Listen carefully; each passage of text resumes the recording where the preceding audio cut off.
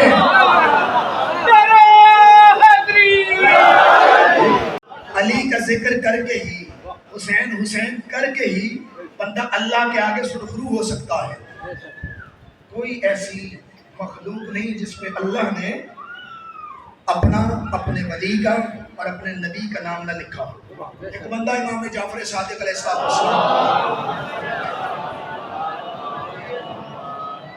اور آ کے کہنے لگا کہ یا ابن رسول اللہ, میں نے بعض لوگوں سے یہ سنا ہے کہ نبی جب معراج کی رات آسمانوں پہ گئے تو نبی نے اپنے نام کے ساتھ کسی اور کا نام دیکھا.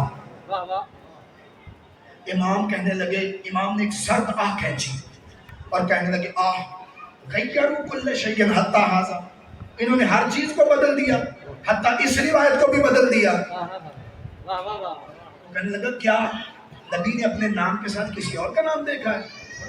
میں تجھے بتاؤں کہاں کہاں پہ نبی کے ساتھ علی کا نام لکھا ہوا ہے, کہاں کہاں پہ نبی کے نام کے ساتھ علی کا نام لکھا ہوا ہے.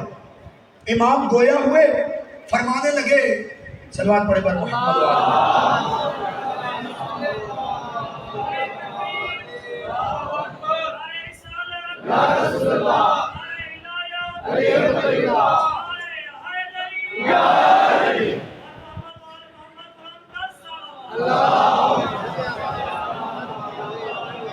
اللہ تعالیٰ آپ کو شفائے کاملہ نصیب فرمائے اور آپ پہلے سے بہتر ہو کے مجلس میں آئیں. لیکن کل خیال رکھیے گا کہ کل سارے مومنین کوشش کریں 8 بجے یہاں پہنچ جائیں, اور میں بھی کوشش کروں گا کہ 8 بجے تک آپ کی خدمت میں حاضر ہو جاؤں. مجھے امید ہے آپ بھی وقت کی پابندی کریں گے اور میں بھی وقت کا خیال رکھوں گا.